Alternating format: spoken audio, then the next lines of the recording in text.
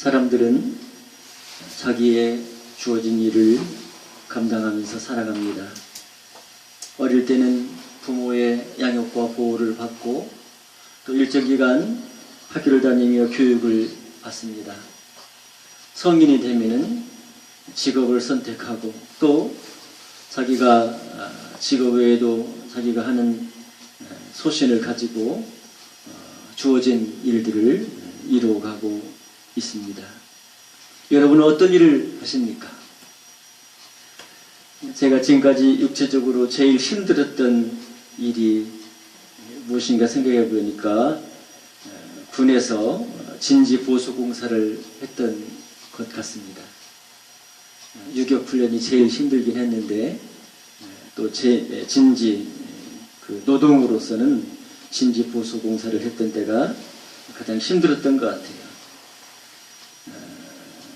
이 진지 보수 공사는 꼭 우리가 해야 되는 것이 아닌데 우리 중대장이 우리 중대에서 하겠습니다. 이렇게 나서서 자원해서 하게 되었다는 말을 들었습니다. 아마 그 중대장 이름이 이제 이승현이라고 기억을 하는데 그분은 이제 군인들은 진급을 해야 되지 않아요.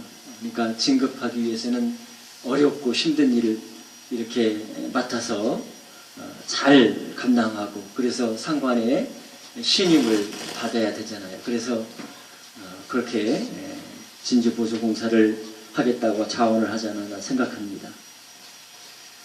일주일 동안 계속된 이 진지보수공사, 그래서 어느 때보다도 일찍 일어나고 산속에 돌아다니면서 땅을 파고 나무를 베어와서 벽을 무너지지 않도록 이렇게 다지고 또 추운 산속에서 잠을 자야 되고 잘못한다고 야단을 맞고 기합을 받고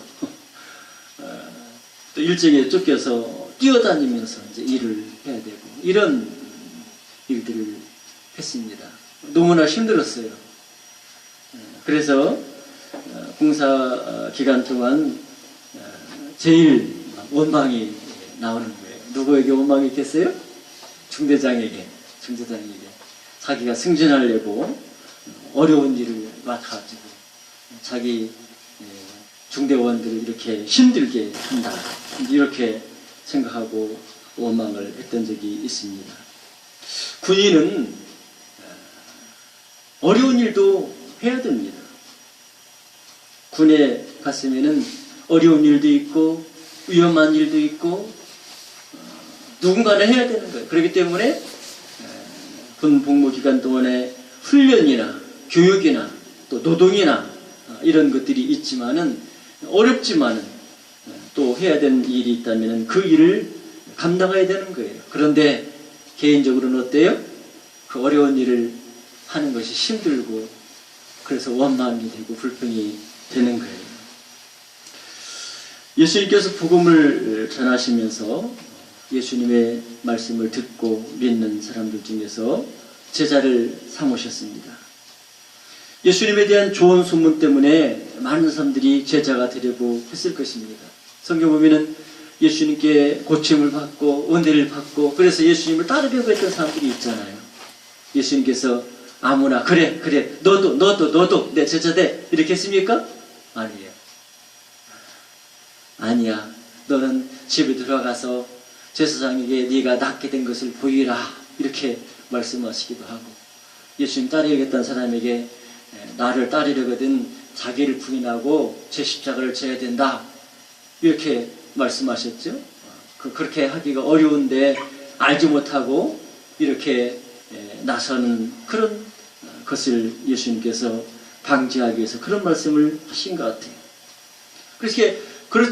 그렇지만은 이렇게 예수님을 믿는 그 사람들 중에 많은 사람들이 예수님의 제자가 되려고 했습니다. 그런데 예수님은 12명을 택해서 그들을 제자로 삼으셨습니다. 예수님이 제자를 삼을 때 12명을 뽑는 그 조건이 무엇인지는 구체적으로 나오지 않았어요. 그렇지만은 세상적으로 지식이 많고 또 재력이 있고 뭐 빽이 있고 이런 사람 뽑았습니까? 그렇지 않아요. 예수님은 일반적인 사람들의 생각과는 달리 예수님의 제자들의 면면을 보면은 출신 지역이나 직업이나 유무식이나 빈부귀천을 따지지 않고 그들을 부르셨어요. 예수님이 정하신 그 기준에 따라서 제자를 삼으신 것입니다. 예수님이 제자를 삼으시고 또 그들을 훈련하셨어요. 한 3년 가까이 예수님은 제자들을 훈련하셨죠. 왜 예수님께서 이렇게 제자를 선택하시고 제자를 훈련하셨을까요? 네? 예수님은 3년간 공생의 사역을 하고 난 뒤에 우리를 위해 십자가에 달려 죽으실 거예요. 그렇기 때문에 예수님의 이 복음을 전하고 이제 예수 그리스도의 교회를 세우기 위해서는 제자들이 필요한 거예요. 그렇기 때문에 예수님은 3년 동안, 공생의 3년 동안 가장 중요하게 여기고 초점을 두었던 것은 제자를 뽑아서 훈련시키는 것이었어요. 예수님은 12명을 제자로 삼으시고 그들과 함께 먹고 마시고 잠을 같이 잤어요. 기도와 말씀을 가르치시고 또 그것을 삶으로 보이셨어요. 표적을 통해 예수님이 어떤 분이신지, 예수님이 이스라엘 백성들이 기다리는 메시아라는 사실들을 믿게 하셨습니다. 사람들은 왜 예수님을 믿게 되었을까요? 사람들은 왜 예수님의 제자가 되었을까요? 제자가 되면은 출세하는 것인가요? 제자의 삶은 자기의 인생이 걸린 문제입니다. 예수님을 따르기 위해서는 자기의 개인적인 꿈, 자기 개인적인 계획을 내려놓아야 합니다. 예수님의 비전을 위해서, 예수님의 비전과 예수님의 목적을 위해서 자기의 인생을 드려야 되는 거예요. 실제로 제자들이 예수님 따르기 전에 그들이 어떤 일을 합니까? 안정적으로 가지고 있던 직업, 재산, 심지어는 사랑하는 가족까지도 포기했습니다. 자기를 부인하고 자기가 생각하고 자기가 원하고 자기가 하려고 하는 것을 포기하고 예수님을 따르는 것, 이것이 제자의 기본적인 자격입니다. 어떻게 제자들은 자기의 소중한 것들을 포기할 수 있었을까요?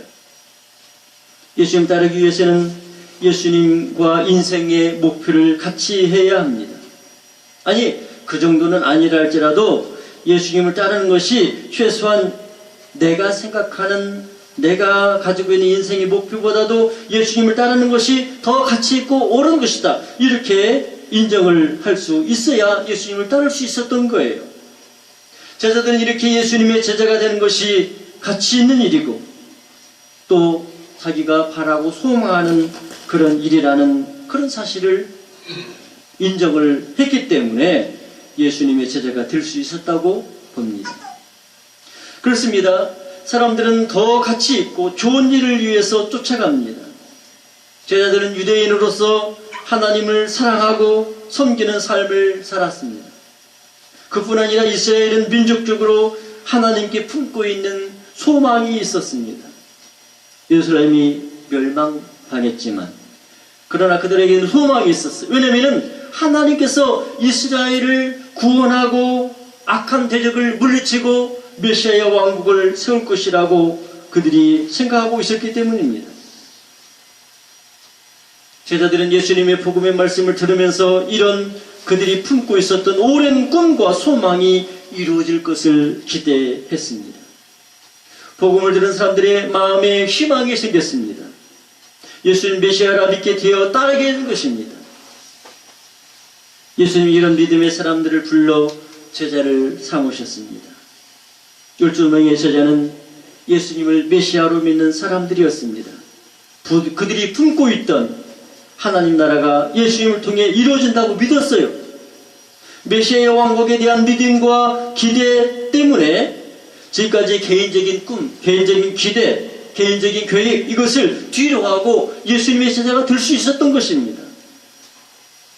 이런 상황에서 예수님은 제자들에게 중요한 말씀을 하십니다. 그것은 예수님의 메시아 사역에 대한 것이었습니다. 언젠가는 제자들이 예수님이 어떠한 어떤 메시아의 사역을 하실지를 알아야 되는데 그것을 말씀하시는 거예요. 오늘 보면 마태복음 16장 21절 말씀을 함께 읽어보겠습니다. 시작. 이때로부터 예수 그리스도께서 자기가 예루살렘에 올라가 장로들과 대제사장들과 서기관들에게 많은 고난을 받고 죽임을 당하고 제3일에 살아야 할 것을 제자들에게 비로소 말씀하시니, 예수님께서 베드로의 신앙 고백을 듣고 난 뒤에 이 말씀을 주셨어요. 이때로부터 이렇게 말하잖아요. 예수님이 지금까지 복음을 전하면서 자기가 하나님의 약속하신 이스라엘을 구원하려고 보내시는 그 메시아라는 사실들을 말씀하셨습니다. 보여주셨습니다. 이러한 양육과 훈련을 통해 제자들이 자기를 메시아로 믿는지 확인해 보았어요. 사람들이 누구라 하더냐? 대부분 사람들이 예수님을 선지자라고 하더이다. 그러면 너희는 나를 누구라 하느냐? 그럴 때 베드로가 어떻게 합니까? 우리가 읽은 본문 앞부분 그 전 부분을 보면은 나오죠? 베드로가 주는 그리스도시요 살아계신 하나님의 아들이십니다. 이렇게 고백을 했습니다. 아직 세상 사람들은 예수님이 선지자로 그 정도로밖에는 몰라요. 그러나 예수님 말씀을 듣고 따라다니고 먹고 함께 기도하고 함께 훈련받고 하는 이 과정을 통해서 제자들은 예수님이 메시아라는 사실을 알게 되었어요. 제자들, 최소한 베드로는 예수님이 하나님이 이스라엘 백성에게 약속하신 그 메시아다, 이것을 알았던 거예요. 그렇게 그것을 고백한 것입니다. 제자들의 믿음을 확인한 후에 예수님은 비로소 오늘 본문의 말씀을 하신 거예요. 예수님 말씀 무슨 말씀이에요? 예수님께서 예루살렘에 올라가게 된다. 그리고 바리새인과 서기관들에게 고난을 당한다. 그리고 거기까지 다 이해가 돼요. 그리고 어떻게 됩니까? 결국에는 죽임을 당할 것이다. 그것이 끝이 아닙니다. 예수님은 죽은 후 3일 만에 살아난다고 말씀하셨습니다. 예수님이 이런 사실을 베드로를 비롯한 제자들에게 말씀하셨습니다. 제자들이 앞으로 어떻게 될지, 어떤 일이 이루어질지 이걸 알아야 미리 마음으로 준비하고 대비를 하잖아요. 그러니까 예수님께서 이런 사실들을 말씀하신 거예요. 예수님의 말씀을 듣는 제자들의 반응이 어땠습니까? 제자들은 예수님을 메시아로 믿었습니다. 모든 것을 버리고 예수님을 쫓았다는 것은 예수님을 이스라엘을 구원하려고 하나님이 보내신 메시아라는 것을 알고 믿었기 때문이에요. 이런 생각은 허황된 것이 아니었습니다. 예수님께서 자기를 메시아로 믿도록 하셨습니다. 말씀을 전하시고 표적을 행하심으로써 자기가 메시아라는 사실들을 나타내 보였어요. 베드로가 주는 그리스도시요 살아계신 하나님의 아들이십니다. 이렇게 고백한 그 신앙 고백도 인정하셨어요. 예수님이 자기가 메시아라는 사실을 분명하게 보여주신 것입니다.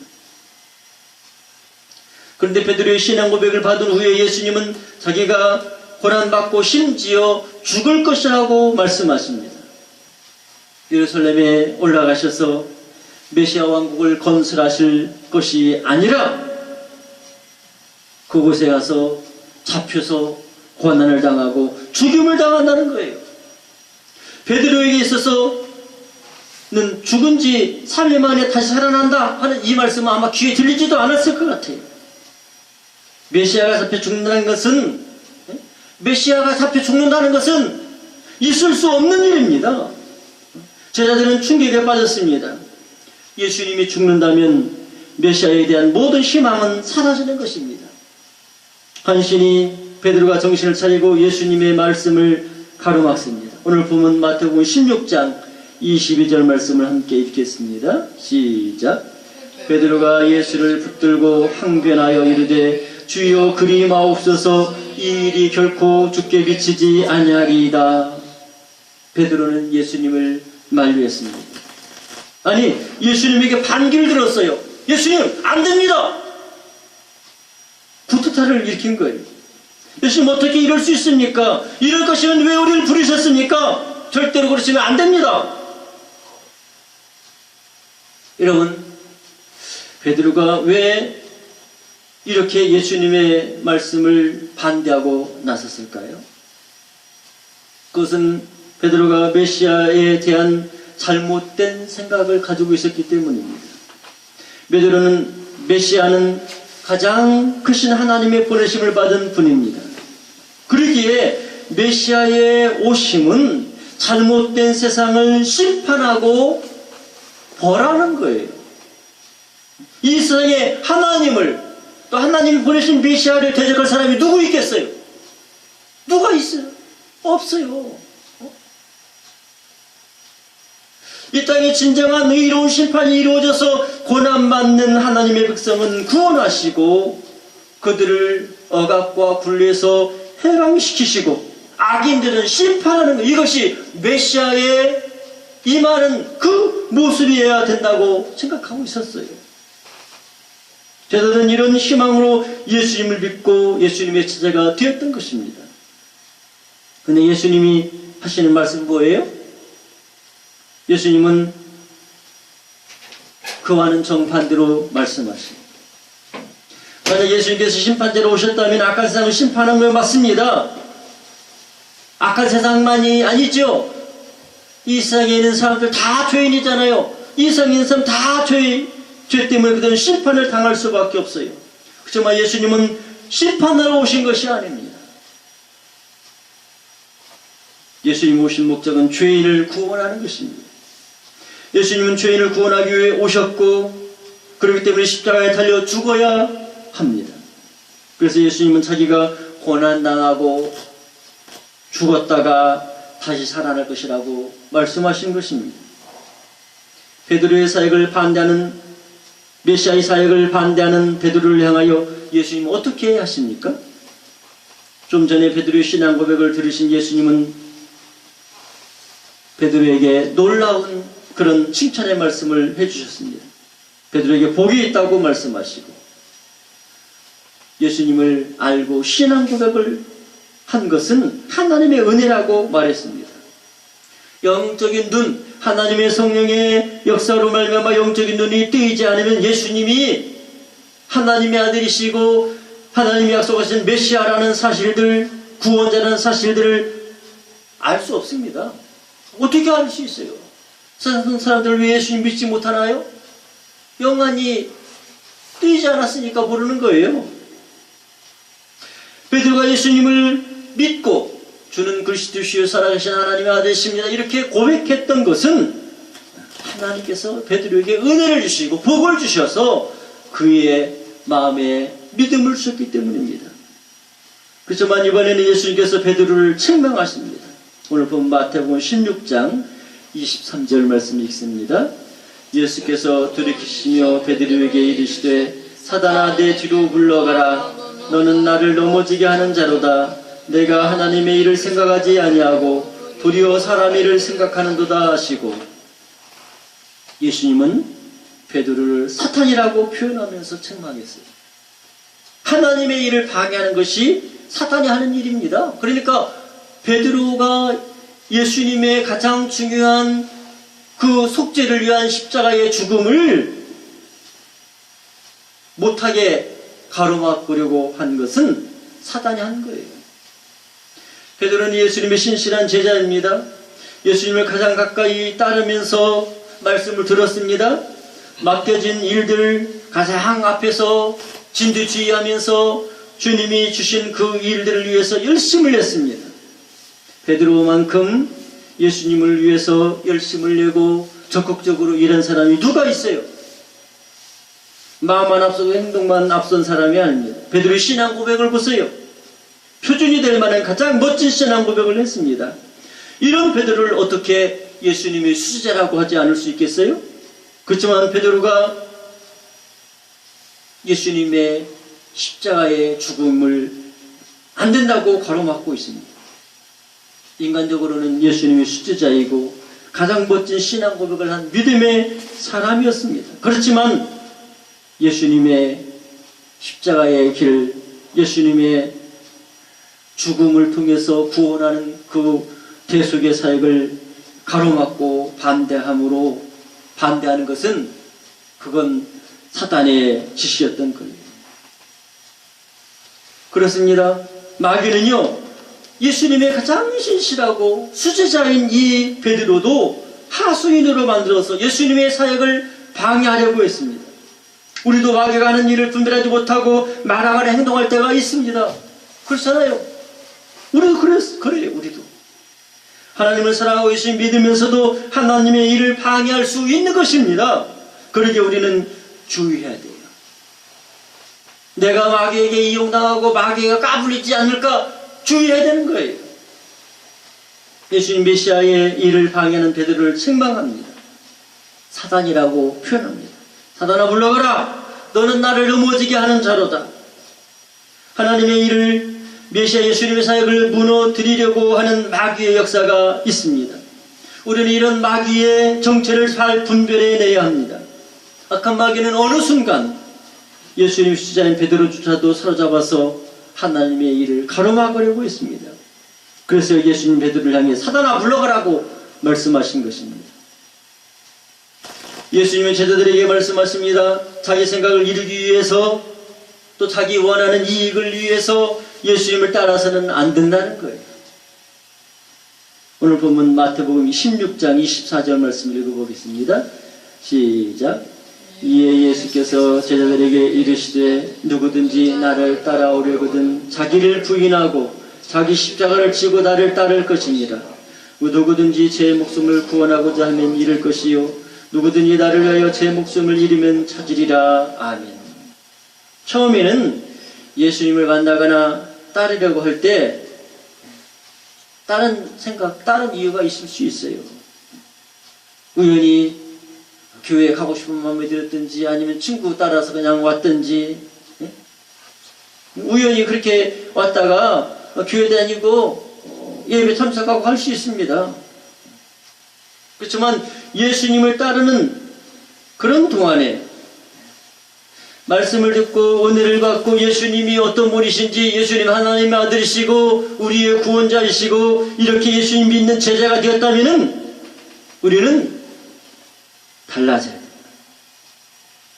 예수님 알지 못하고 있었을 때는 어려운 일 때문에 피하거나 떠나거나 할 수도 있어요. 그러나 예수님을 믿고 예수님이 나의 구주시고 하나님의 아들이시 믿었어요. 그럼 어떻게 해야 돼요? 어려운 일 있으면은 자기가 생각하지 않는 자기가 원하지 않는 다른 것을 예수님이 하라고 하셔요. 그럼 어떻게 해야 돼요? 도망가야 돼요? 아이 안 되겠네. 그럼 떠나야 돼요? 예수 모르는 사람, 아직 예수님을 만나지 못한 사람은 떠나는 당연하죠. 예수님 알지 못하는데 예수님이 고난당하고 예수님 위해서 희생하겠어요? 당연하죠.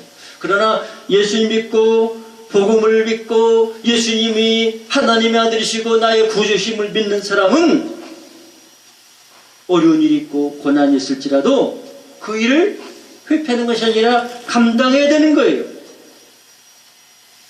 자기 생각과 다르다고 자기 이익이 아니라고 하나님의 일을 거역해서는 안 된다는 것입니다. 예수님을 따르기 위해서는 십자가까지도 져야 되는 거예요. 예수님께서 고난당할 것을 말씀하시자 베드로가 반대했습니다. 그 이유가 무엇입니까? 베드로가 메시아에 대해 잘 알지 못했던 것은 첫째 이유긴 하지만은 다른 것도 있었던 거예요. 그것은 예수님 따르는 것이 아니라 자기의 생각, 자기의 고집, 자기의 원하는 것, 그것을 앞세운 거예요.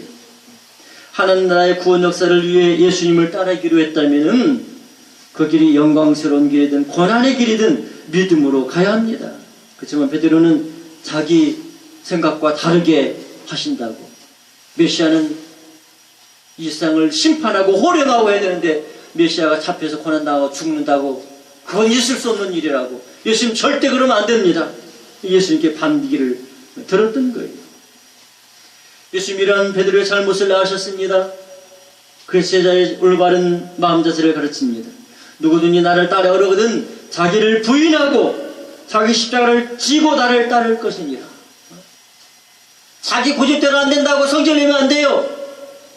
자기 인간의 생각 앞세워서 하나님의 일을 방해하고 회방하고 곁길로 가면 안 돼요. 그것은 하나님을 바로 아는, 바로 믿는 성도가 그렇게 할 수 없어요. 예수님을 믿으려면, 예수님을 따르려면 누구든지 나를 따라오려거든 자기를 부인하고 자기 십자가를 지고 나를 따를 것이니라. 주님을 따르기 위해서 고난이 있다면 그거 십자가 지고서 따르라는 거예요. 고난을 당하면서 따르라는 거예요. 예수님을 믿겠다는 사람들에게 말씀하십니다. 여러분, 진정으로 예수님을 구주로 믿습니까? 예수님이 우리를 위해 십자가에서 대속하셔서 우리 죄가 용서받았음을 믿습니까? 구원받은 성도들이 하나님 나라에 간다는 그 구원의 확신을 여러분 가지고 있습니까? 아멘. 아멘. 그렇게 믿는다면 어떻게 해야 될까요? 진정으로 예수 믿는다면 그는 고난의 길을 회피해서는 안 됩니다. 예수님 믿기 위해서는 자기 생각과 다르다 할지라도 기쁘게 순종해야 됩니다. 내 생각과 예수님의 뜻이 다르면 내 생각을 포기해야 되는 거예요. 그래야 예수님을 따를 수가 있는 거예요. 예수님 믿고 말씀을 따라 살아가는 길에는 고난도 있습니다. 십자가 고난이죠. 고난도 있어요. 고난이 어려워서 포기하면 안 돼요. 십자가를 지고 고난을 당하면서 따라야 되는 거예요. 그것이 믿음입니다. 그렇지만 어떤 사람들은 예수님 믿다가 고난당하면 물러섭니다. 어려움 때문에 믿음에서 떠나기도 합니다. 예수님의 복음의 은혜를 받은 사람, 우리가 찬송을 부르지 않습니까? 성자의 귀한 몸 날 위하여 버리신 그 사람, 고맙고 놀라워. 우리가 어떻게 살아야 돼요? 주님을 위해 충성해야 되는 거예요. 십자가도 달게 져야 되는 거예요. 편하고 좋은 일만 있다고 생각해서는 안 됩니다. 고난 때문에 믿음을 잃어버려서는 안 됩니다. 그것은 어리석은 일입니다. 목숨이 얼마나 귀한지 아세요? 예수님 끝까지 고난당할지라도 끝까지 따라, 그게 생명의 길이거든요. 근데 목숨이 여러분 얼마나 귀합니까? 예수님 떠나면 생명이 없는 거예요.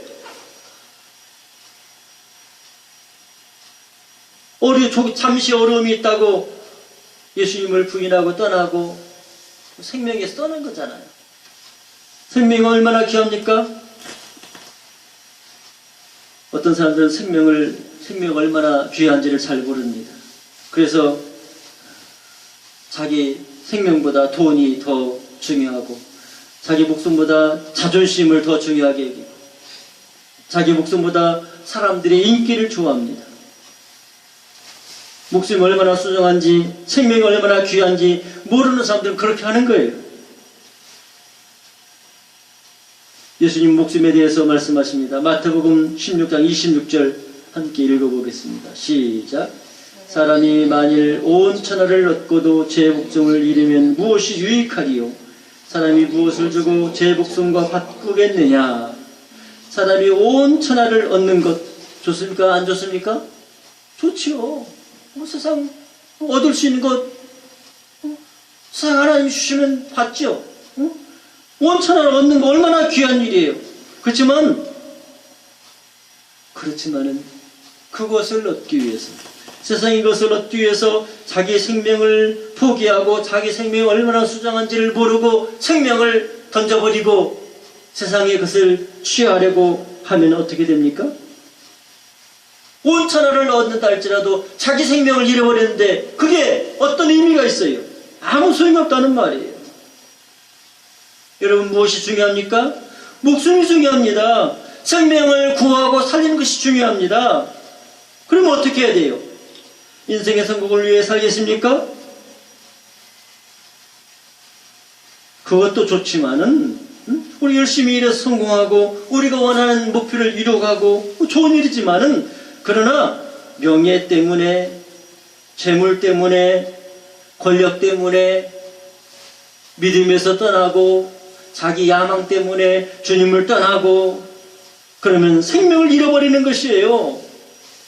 어떻게 생명을 잃어버리는데 어떻게 세상에 권력을 쥐고 세상에 재물을 쥐고 세상에 성공했다고 그것이 성공이고 축복이 될 수 있겠습니까? 그것은 어리석은 일이고 망할 짓이에요. 여러분, 무엇이 성공인지 아세요? 성공은 명예를 얻고 부를 축적하고 권력을 얻는 것이 아닙니다. 성공은 바른 길, 믿음으로 바른 길을 가는 것이 성공이에요. 하나님 앞에서 내가 죄인 것을 깨닫고 우리를 구원하신 하나님의 그 사랑에 감사 감격하게 예배하고 예수 그리스도를 믿어서 영원한 생명을 얻는 것, 이것이 복이고 이것이 성공이고 이것이 하나님의 은혜인 것을 우리는 알아야 돼요. 그렇기 때문에 믿음으로 살기 위해서는 자기를 부인해야 돼요. 어려움이 있을지라도 끝까지 십자가를 붙잡고 짊어지고 예수님을 따라가야 됩니다. 믿음이 성공입니까? 성공입니다. 왜냐하면 믿음이 우리의 생명을 안전하게 지키고 우리에게 영생을 가져다 주기 때문입니다. 생명이 귀하기 때문에 끝까지 믿음을 지켜야 하는 것입니다. 예수님을 믿는 길에는 십자가도 있습니다. 많은 사람들은 십자가를 피해서 편하고 넓은 길로 갑니다. 당장은 좋고 그것이 행복하고 세상의 것을 누린다고 생각을 합니다. 그렇지만 그 길이 생명을 보장하지 않습니다. 고난이 있을지라도 십자가를 지고 예수님 믿어야 그것이 생명입니다. 이렇게 믿음으로 살 때 구원이 보장됩니다. 예수님 우리가 행한 대로 심판하신다고 말씀하셨어요. 마태복음 16장 27절 읽습니다. 27절 인자가 아버지의 영광으로 그 천사들과 함께 오리니 그때 각 사람이 행한 대로 갚으리라. 예수님 믿는 것이 구원이에요. 그런데 예수님께서 우리를 심판하셔요. 예수님이 심판하셔요. 우리의 행한 대로 심판하셔요. 뭘 보고 심판하겠어요? 우리 믿음을 보고 심판하시는 거예요. 이 믿음을 따라 십자가를 지면서도 주님을 따르고 주님을 위해서 믿음으로 살았다면 우리 주님 그를 사랑으로 품어주시고 구원의 은혜를 풀어주시는 거예요. 믿음을 따라 영원한 생명을 얻는 저와 여러분이 되시기를 예수님 이름으로 축원합니다. 아멘.